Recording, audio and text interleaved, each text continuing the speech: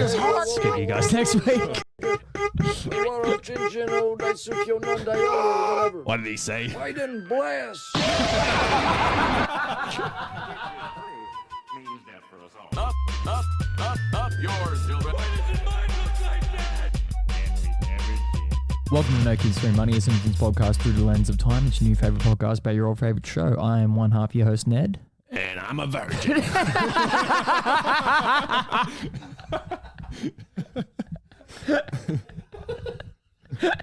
I saw you look and I was like, he's going to do it. Oh, I couldn't help myself. Oh, fuck. Oh, children, I am Mr. Virgin. Mr. V.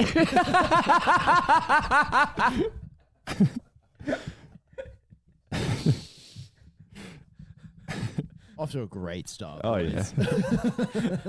Oh, had to have listened last week to get that one, folks. I don't recall saying good cock.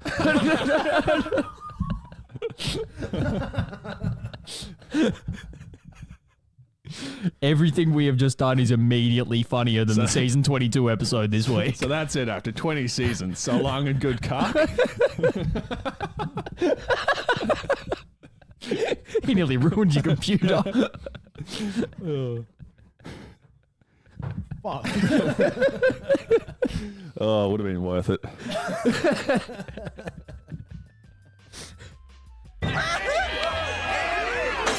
Hey, you, let's fight. Them's fighting words. Duff, please. We don't sell duff. We sell FUD. Okay, fud me. All right, ladies and gentlemen. He's all healed up and he's back for more. Let's give a big drunken welcome to Yodeling Zeke.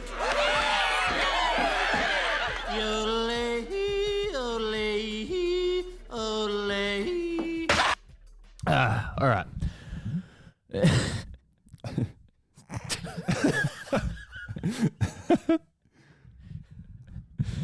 All right. What do we got in store for the people this week, Matt? We have season 3, episode 20, season 12, episode 10, and season 22, episode 11. Yes, we do. Did I write any of these right? Did you say season 3, episode 20? Yeah. Yeah, I fucking wrote it wrong. But of course.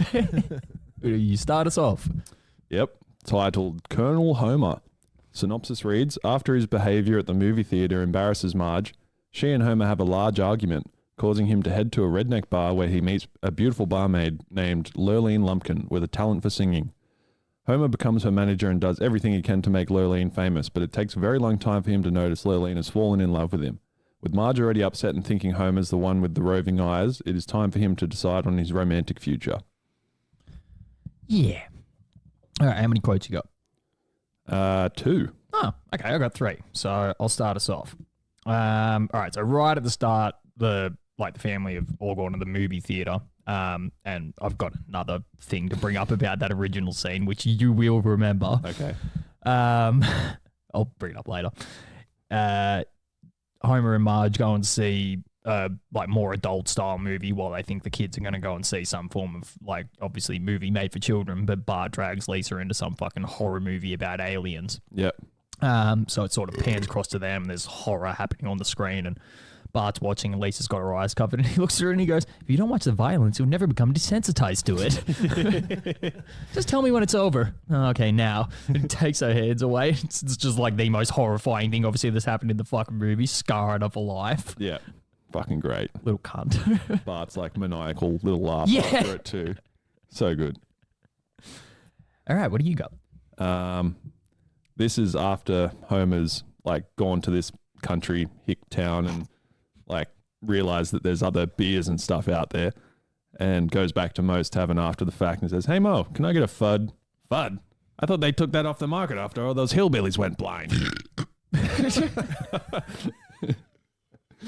Jesus. I thought you were going to bring something else up. But yeah, it's fucking great. I think there's another, I should have written it down. There's another, word later on in the episode that ends in, UDD.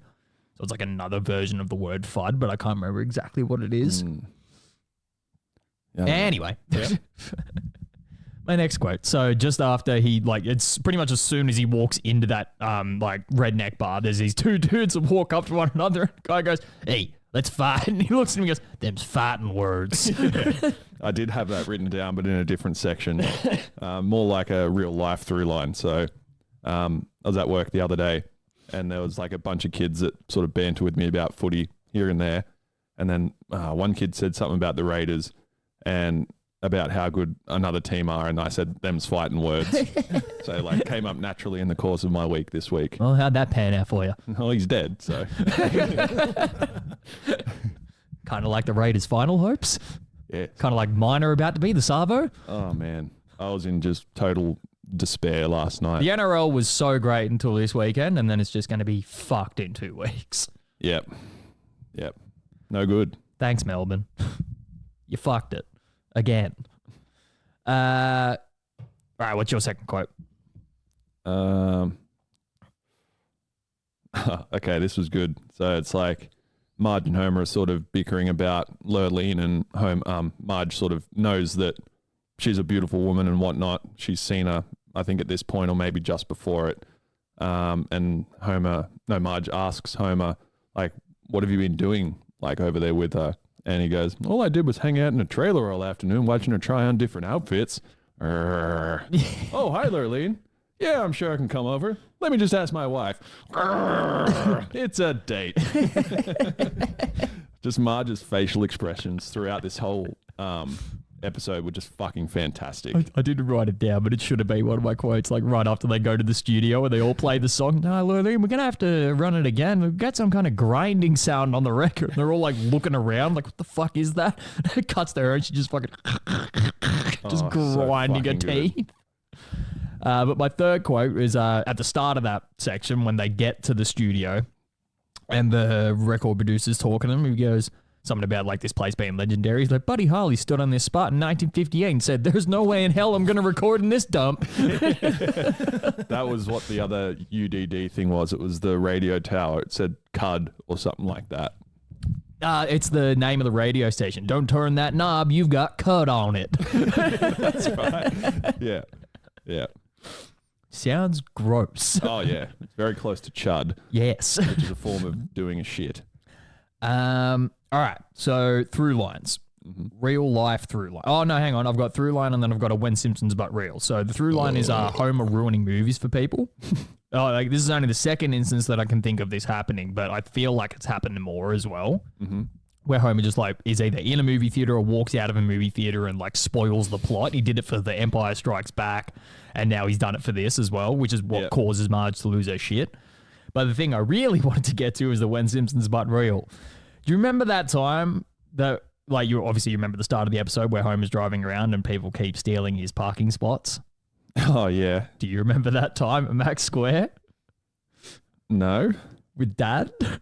Your dad? Yeah. No. We were like going to pull into a parking spot, or like he saw one and was like trying to get back to it, and somebody fucking pulled into it before he could get there, and he lost his fucking mind. Did he get out of the car? No. Oh. But we were just trying not to piss ourselves laughing in the back seat. Oh, I can imagine he was just irate. Yeah. Yeah, fuck. Can't remember exactly what he said, but it was fucking fantastic. Known for an explosion that guy. Of biblical proportions. On the odd even when occasion. it's not warranted. This one would have been. Warranted. Double entendre. I'm going to Brisbane. You missed that, didn't you? Yeah, I must have. Oh, it's fucking, like, you know what I'm talking about? No. Way back when, like, me and Dane were in our first band, Seeking First Light, we were practicing one afternoon, and Dad just came home, like, the garage door just opens, and we're like, what the fuck? So Dad comes in all pissed off, and he, like, goes to open the door from the garage into the house, and he's like, fucking locked, why the fuck is it locked? And I, like, get up from behind my kit. There's, like, a solid 10 seconds of silence of me getting up, walking over to the door and then just turning the knob slightly more than what he's turning it because it got stuck usually, and just opened the door, made him look like a fucking idiot. Good. And he's just like, goes inside. You can hear him fucking around for like 10 minutes, comes back out into the garage and goes, I'm going to Brisbane. He just closes the garage and leaves. We're like, What? Oh man, I love just even like the different iterations of stories involving a door with him. The one explosion that I remember vividly was it would have been when we were in year 10. So we're sitting in your room. I think we're listening to Machine Head, and we're just like writing down lyrics or like our favorite songs or whatever. And he just comes in the door, just unsolicited. If you think you're going to that open house party, mate, you're fucking dreaming. Closes the door and leaves. Oh, man. He only had 2 levels, 9 and 10. Both were red hot. Real even-keeled human. Yeah. Okay. Oh, I wish we could have seen the explosion that he had after one of the truckers nearly killed us on the way back from. Oh, that would one have of been our the first jobs. best. Oh, man. I'm pretty sure he flogged the fuck out of that cunt. Have you heard this one? No. So we used to like wash trucks as like teenagers. Yeah. And like one of the places used to be up the road from my house, which was mad. And then another one was like in Mittagong somewhere. Yeah. And this guy offered to drive us home. Was his name Rouge? Rouge. He's like, yeah, I'll take you back. Penis heart. He's like, yeah, I'll take you guys back down to like where your dad is at whatever the fucking truck place was Yeah. called. And they're like windy roads in the middle of like wooded areas, like single lane only. And he's like, do you guys reckon we'll, there was 2 parts to it. So he's going down this fucking like steep hill in a truck going very fast. We're sitting in the back cab with no seatbelts on. And we hit like from the slope down to the flat and we literally left our seats. Yeah. He was going that fast. Then we turned down the street where the depot was and there was a car reversing out of Bunnings across the road. And he's like, do you reckon this guy will move in time? I think he will. Speeds up to nearly T-bone this cunt with us in the car. Fuck. And then, yeah, we must have told your dad about it. And He was drunk too. he was too. He was also drunk. But he was drunk driving. Like drunk driving a truck with 2 children in it. So yeah, warranted that he got the shit Yeah. kicked out of him. Oh, yeah. It was never the same after that. Nah. Then it was just Kid Mo. So what I was going to bring up as well, back to the show, about like movie theater type thing. It was in the cultural references section. The idea of Homer annoying the people at the movie theater was based on an experience Matt Groening had with a friend of his when he was younger. They were sitting by themselves in a movie theater and 2 annoying women sat right down in front of them. Groening's friend told the women to move and they did. One of the women then turned to Groening and his friend and said, "Now are you satisfied?" To which Groening's friend replied, "I won't be satisfied until I see you burn in hell." Fuck. I mean, it is one of the worst fucking things you can do. Oh, talking going- in a fucking movie theater. It's the worst. Yeah, it happened to me as well. Do it at home. Yeah, I think I've told this story on the podcast. Like, went to see Terminator, Yeah. Dark Fate on my own, and a guy, as soon as the movie started, got his phone out and then took a phone call. Fucking And serious, can't Yeah. get the fuck out of the movie theater. yeah, I'm not a confrontational person at all, but I just like saw red and tapped him on the shoulder and said, "If you want to take your fucking calls, go outside, cunt." Yeah. Put his phone straight in his pocket, didn't get it back out. It's just this universal thing. As soon as someone makes noise in a movie theater, everyone just bands together. It's like, nah, fuck those cunts. Yeah, yeah. Like, fuck, I can't remember what movie it was, but it was like, I think a year or 2 ago. And I was just like in the movie theater with Raph, and this fucking child just starts playing like short form videos, full blast, like in the middle of the movie. And everybody, like, is a fucking packed movie theater, just like turn around, just like staring at his kids, just like, this movie shit, I don't fucking care. I'm like, oh, I'm going to jail. Oh, yeah. It's warranted too. Look, I don't know if either of you saw it, but did you see that thing that happened in America with the guy pissing in the movie theater No. No? during, so I think it was like for Demon Slayer, like this guy just whips his cock out in the last like 15 minutes of the movie and pisses on people in front of him.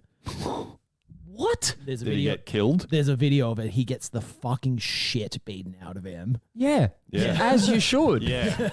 Yeah, you're literally asking for it. It's fucking, the video is so funny as well because it's like this big sort of like epic like fight scene at the end of this movie. And it's like this really epic battle music and shit. And it's just these people laying into this fucking cunt that is like concussed in a movie chair. Fuck. Good. It's just like In a it's ju- pool of his own urine. Yeah. Imagine fuck.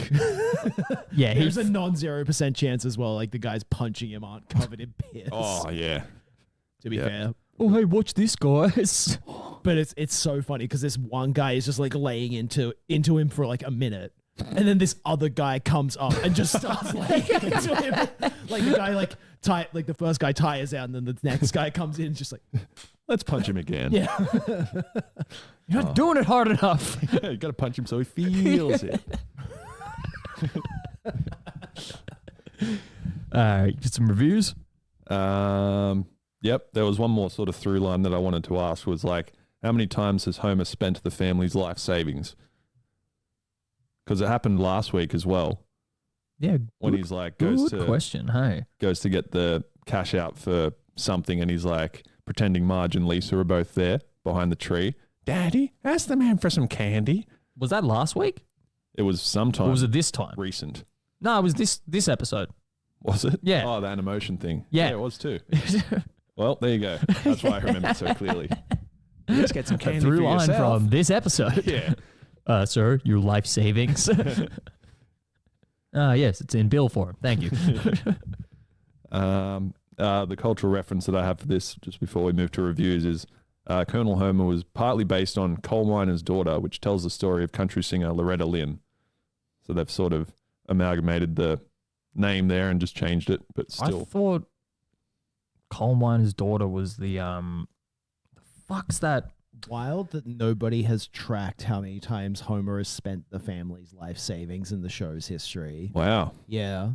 Boardman, get How on many it. times is it? The nobody has Yeah. tracked. Oh, right. It's not Yeah. even a Reddit thread. Yeah. Damn. Interesting. Someone should do that. I thought And we never did. obviously maybe it refers to two people, but that's also like a nickname for a female boxer. Loretta Lynn. No, Coal Miner's Daughter, Christy something. I can't remember what her fucking name is. but Yamaguchi? I don't Sydney's- care if her name's Christy Yamaguchi. Sydney Sweeney's playing her in a movie soon. Lolene Blumkin. Oh. But fuck, it's so funny, bro. Deserved. Oh, yeah. The outrageous shit some people do and get away with. I'm glad that wasn't one of the times. Fucking unbelievable, bro. Like, who fucking... I don't know what you have to fucking think to think that that's an okay thing to do. Yeah. You got to be like, he's probably fucked up in some regard in his mind, but Probably fucking... like now he is. he's probably at least 10 IQ points, like, stupider now. Yeah. You see it, he gets fucking rocked, bro. Yeah. Yeah. When you're lying there pretty much unconscious already by the looks of it, still getting pounded. In a puddle of your own piss, Yeah. by the way. Yeah. Yeah. You've hit rock bottom Oh, yeah. Like, pretty hard.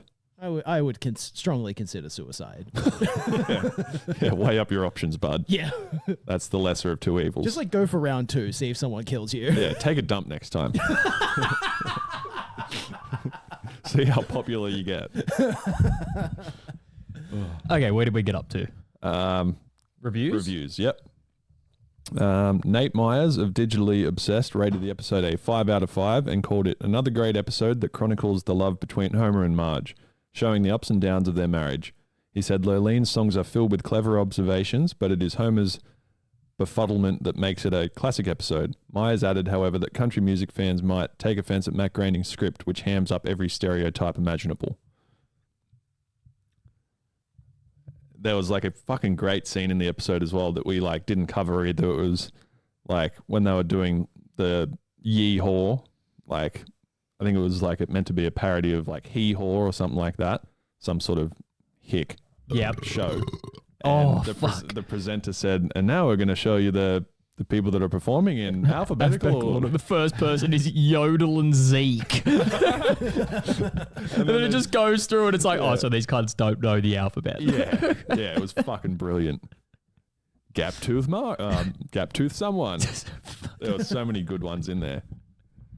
And DVD Movie Guides, Colin Jacobson said that after the great previous episode, Dog of Death, one might expect some drop off with Colonel Homer.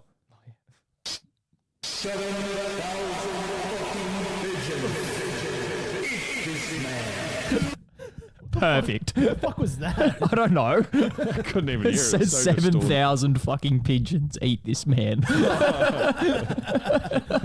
True. Yeah. One might expect some drop-off with Colonel Homer, but virtually none occurs. It offers another classic episode that benefits from a memorable guest voice performance from Beverly D'Angelo. Homer's moment in the sun creates a fun plot, and the program nicely lampoons the country music business. No, it doesn't. What do you They mean? literally ripped on it the whole time. Yeah.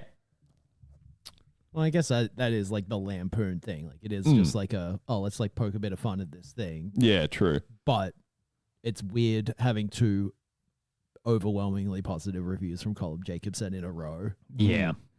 I'm getting Yeah. concerned. We'll see what he has to say about season 12. No, Adam.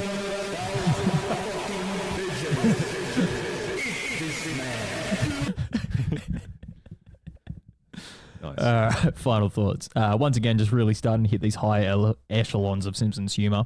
Heartfelt and thought-provoking while being hilarious the whole time. I was dying at the roll call for the TV show being in alphabetical order. Yeah. I thought Beverly D'Angelo did a great job as well. I didn't know she could sing like that. Yeah, well, she is a singer and actress. So. Yeah, but like if you listen to her it was voice, really you're good. like, oh, I didn't actually know that she could like produce those tones. Like if you listen to her voice now, she sounds like Mo. I was trying to think of a That's good- right, my throats are hurting. Man. And she wrote those two songs, or two or three songs as well. Really? Yeah. Fuck. Yeah. So she added like her own element to it. So Wow. a lot more than most guest stars do. I was about to say, like, yeah, if you think about it, like that's probably the most work a guest star has put into the show. Like we put a lot of work into our songs as well. Oh, but yes. They don't get nearly as much airtime. Although they should. Yeah. They will one day. My car! Boomer Pride! Boomer Pride! Catch the fever, Skinner!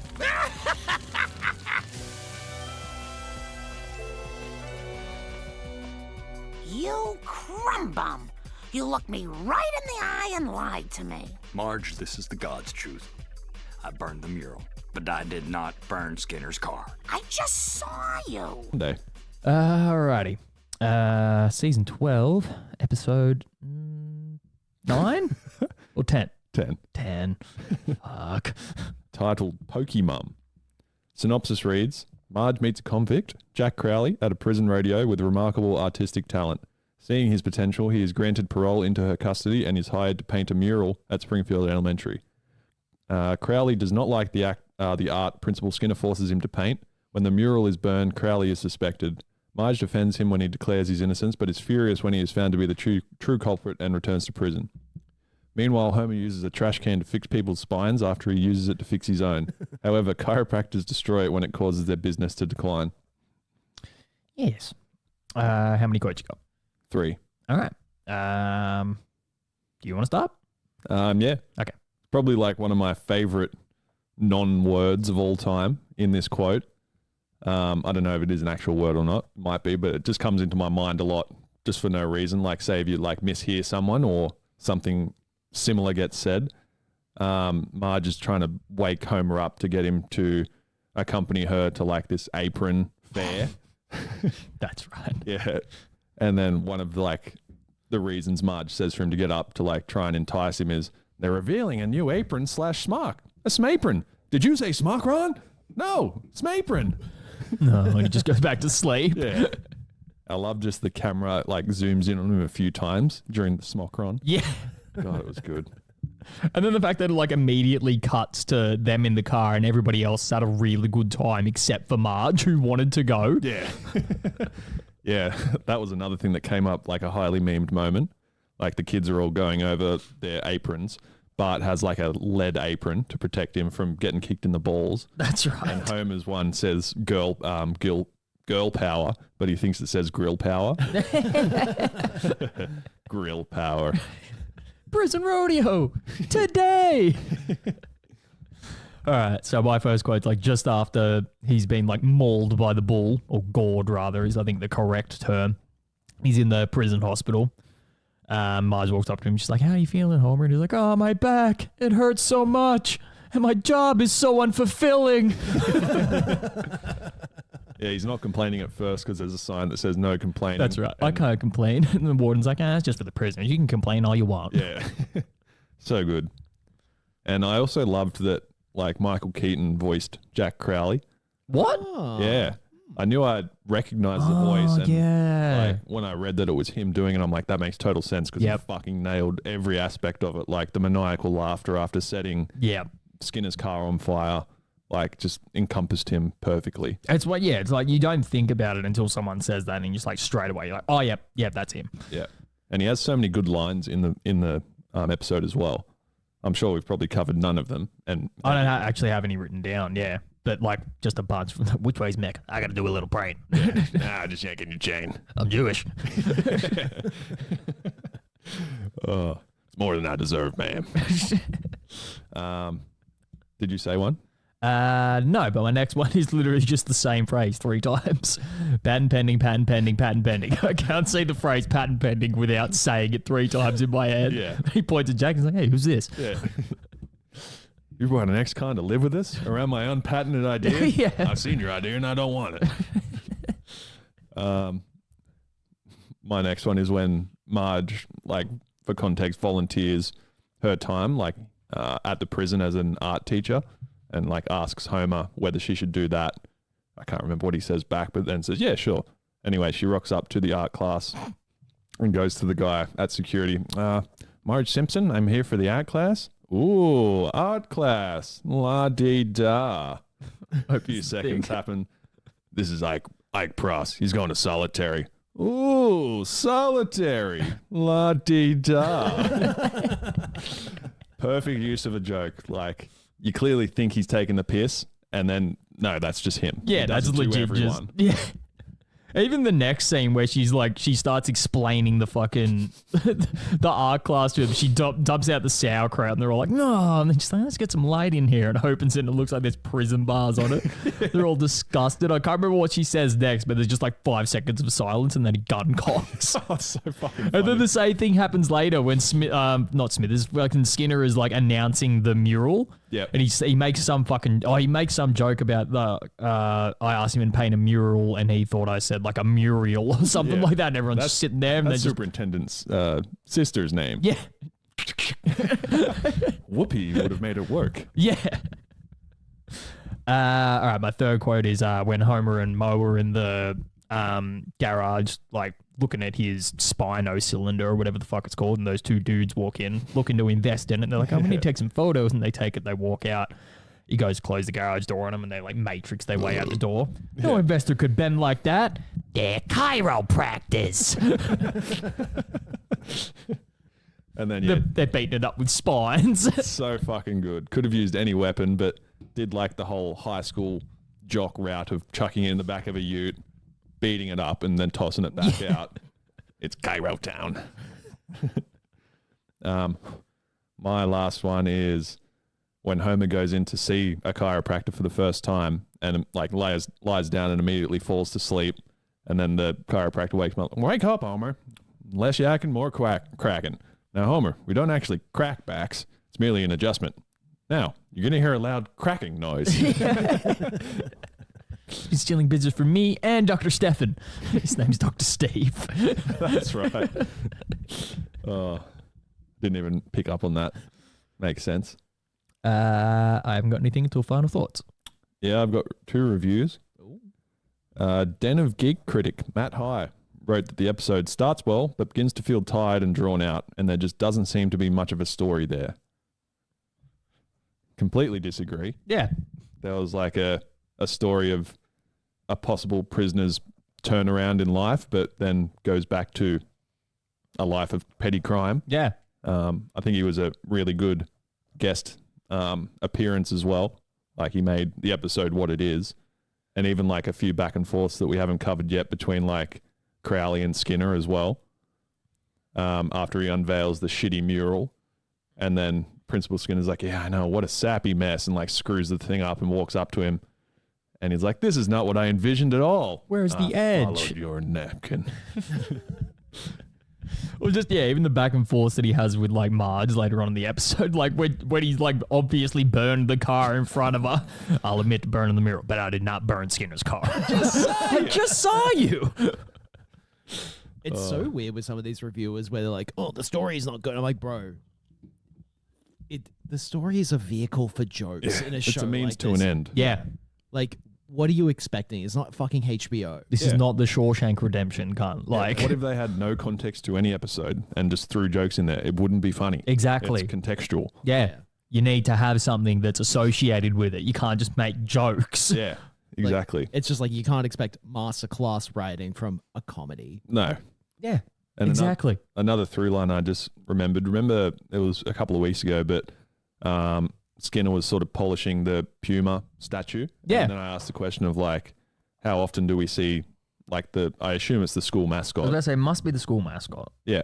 And then was it in that same episode where Skinner says the Puma, the principal of the mountains, or something like that? Yeah, it's the same episode. It's the episode where Bart becomes the hall monitor. That's right. From a couple of weeks ago. Yep. So yeah, to have it line up so closely to this episode as well. Yeah. All right. DVD Movie Guides. Colin Jacobson commented that other than a nice guest turn from Michael Keaton, Mum, doesn't do much to stand out from the crowd. Oh, like much of season 12, it keeps us interested, but that's not exactly a strong endorsement. Mum provides a watchable show, but nothing more. I honestly think the thing that annoys me the most is the fact that he abbreviates I know. the fucking titles. Yeah. And it always throws me. I'm like, just say the whole thing. Like he's trying to do it like, it's literally 2 words in this case. I don't have time. Yeah. No, cunt. You don't do anything else with your life. Look, in this case, that's an extra 3 words to his 14-word review. Yeah. He's padded it out. Like, do the thing that you do like with a high school essay, bro. Just like, How about Screw Flanders? like add a lot of superlative language. Just pad it out. Hit that 1,000-word count, buddy. Like, Write the same thing 3 times, just slightly differently. I don't reckon he's written 1,000 words in his fucking life. No. Yeah. We've got to have one. We can like cut here, but we've got to think of something good to add in right at the end of this review after we just finish talking there. What do you mean? Like, that's right, I'm a something. Just to follow the trend. What can we say? Like, we can think of a word for like someone being stupid or just incapable of completing their job properly. That's right. I'm incompetent. It's still got to rhyme with surgeon. Yeah. Hey, whoa, shut up. Waro Chinchin, oh, Daisukyo Nandayo, or whatever. Biden blast.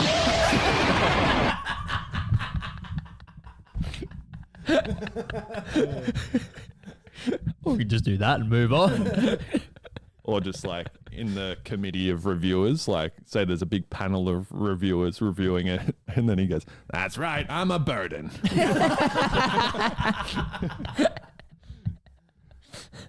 That's pretty good. Yeah. I like that. We'll take that. Yeah. With absolutely no supercuts in this section at all. Biden blast. All right, final thoughts. I've always loved this episode. So many heavily quotable moments. For some reason, I feel like episodes that have a Homer side plot as well as a main story always seem like a stronger offering than the others.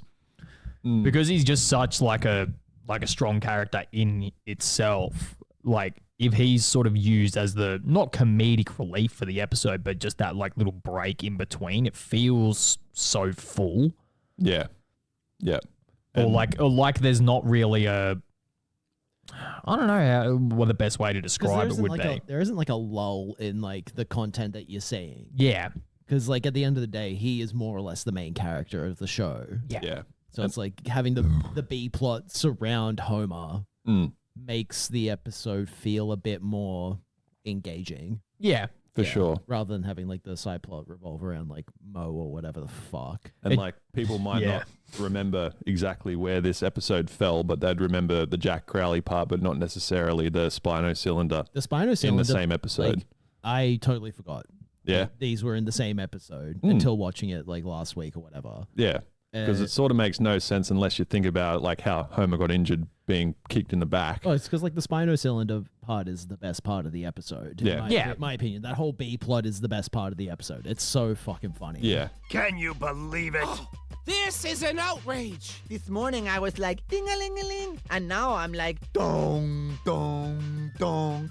Boys, relax, have a drink, and tell Mama Mo all about it. The city won't let us march in the Springfield Founders Parade. Well, who needs them? We could have our own parade. We do. We have like 20 of them.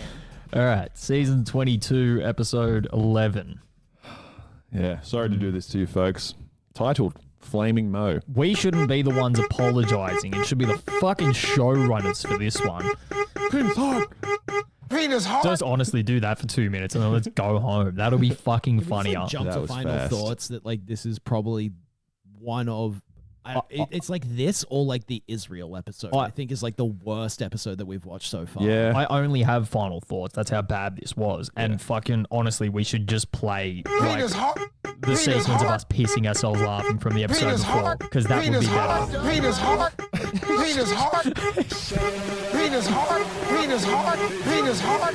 Penis hard. Penis hard. Penis hard. No one's listening. So this is what we've become.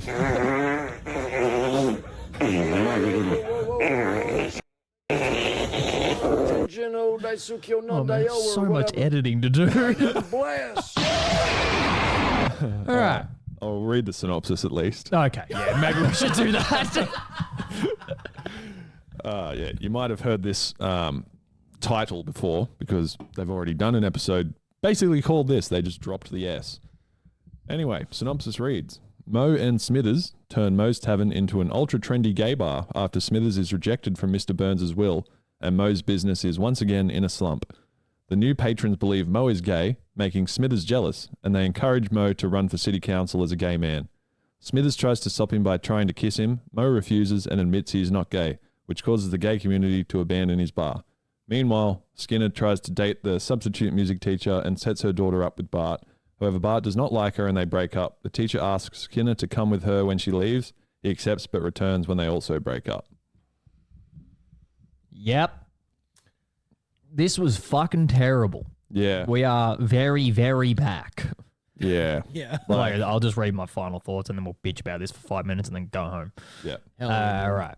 This was bad. An episode with a Mo story and a Skinner side plot. There was just zero jokes in this episode. And if there was, they were not funny in any way, shape, or form. I literally don't think I heard any of us laugh at any point. The one thing that I wrote down was kind of funny because, again, they've gone like the dark humor route and the sort of uncouth route of referencing something that most kids won't be aware of. Or if they are, they've searched the web for far too long.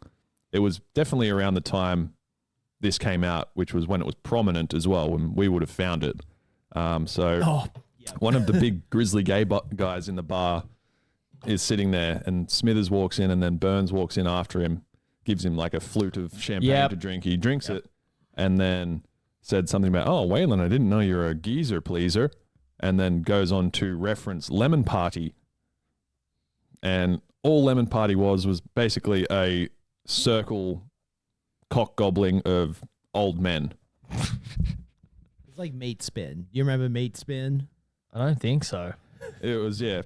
It's like one of those I like think I blocked it out of my memory. It's like a looping GIF website where it was It's just back in cock form. a bunch of old dudes fucking each other. Yeah. Great.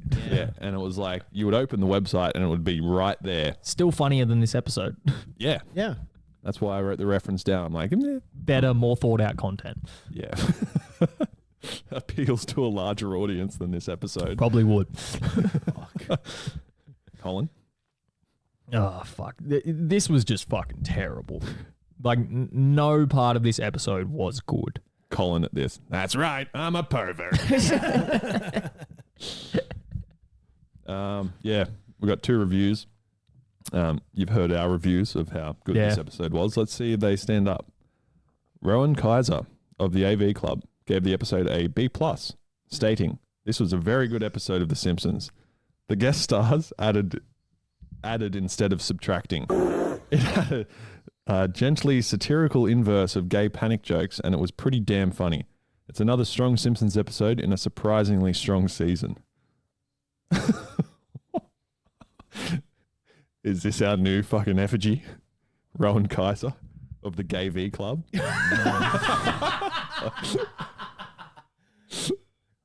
What? Yeah, I don't know. I can't even comprehend why someone would think this These was a good people are being episode. paid. Reviewers generally are in some degree, aren't No, they? like they are being paid off for good reviews. There's like, if you enjoy comedy to any capacity, you don't like this. Like, picture this.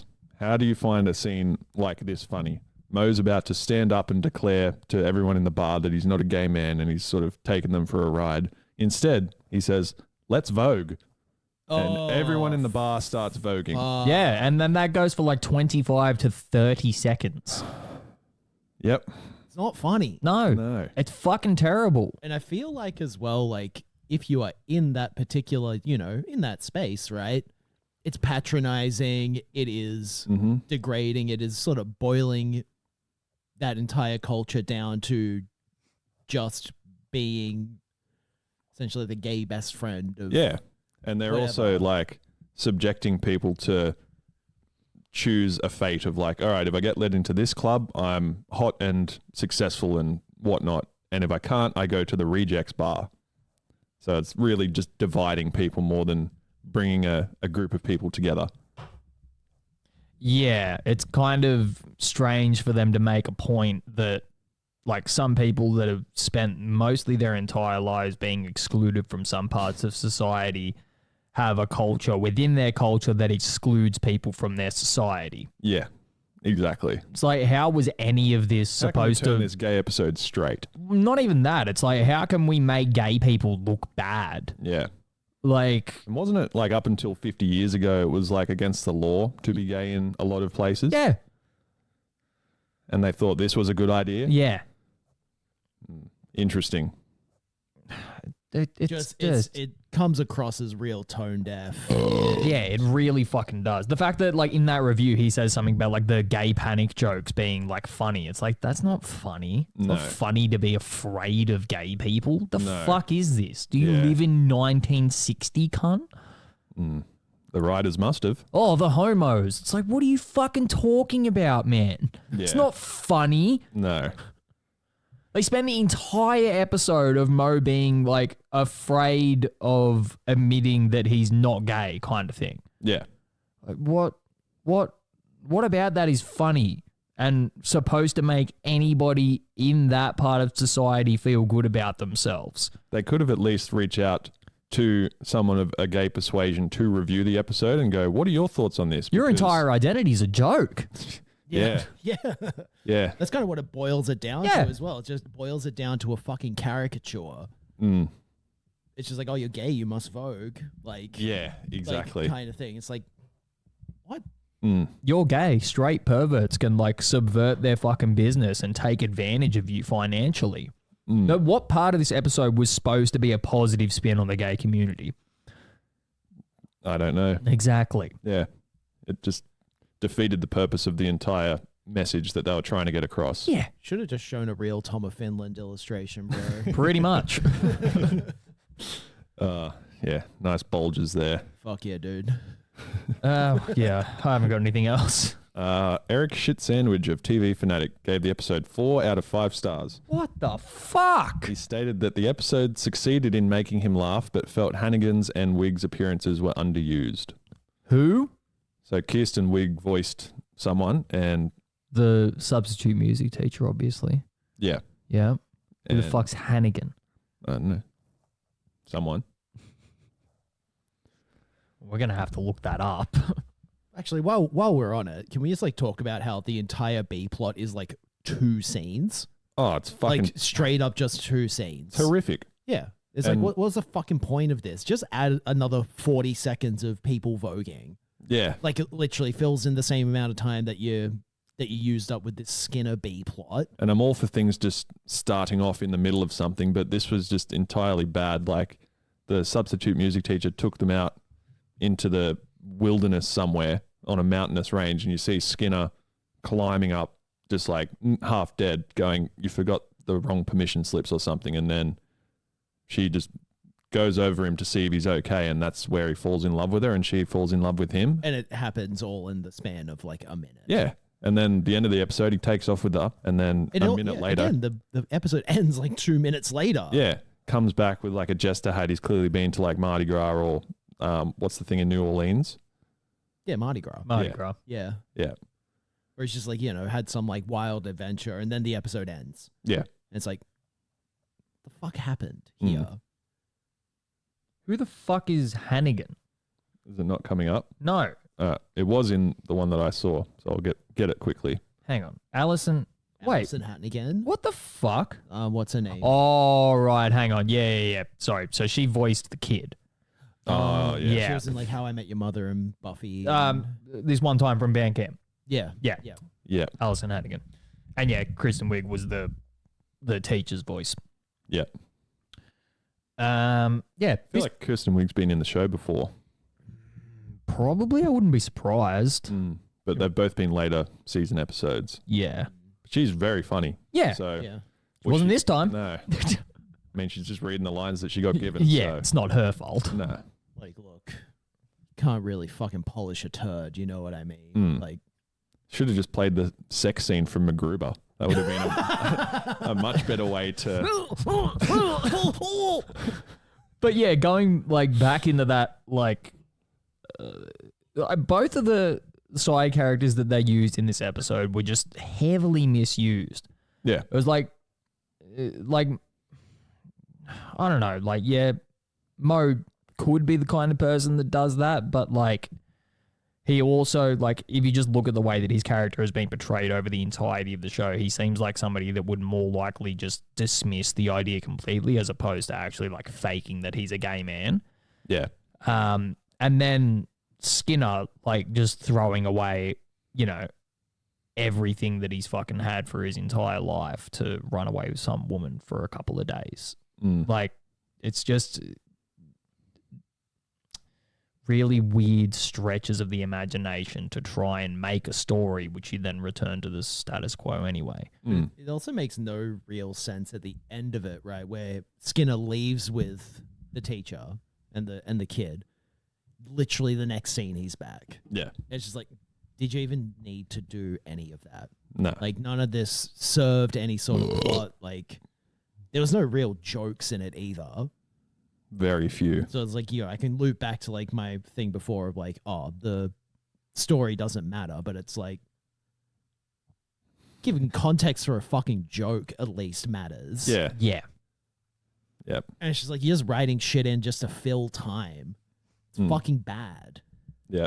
We really should just take note of like who writes particular episodes, because like I'm sure we can then go into it like a new episode going, all right, this person made this episode, therefore we have low expectations. But if we see a good writer or director or whatever for a particular episode, we're like, all right, this should be okay. Yeah, there should be some form of pattern that appears over a long period of time. All right. You can find this. You can find this podcast on Apple, Spotify, and YouTube. Penis hard. Penis hard. Speak to you guys next week.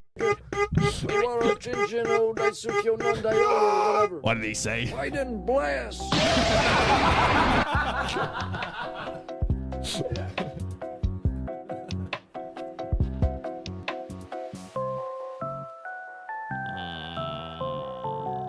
You're not mad at me, are you? So we asked ourselves, who's behind the badge? Police? Cops? Police cops. Yeah. Well, see, the thing about that is,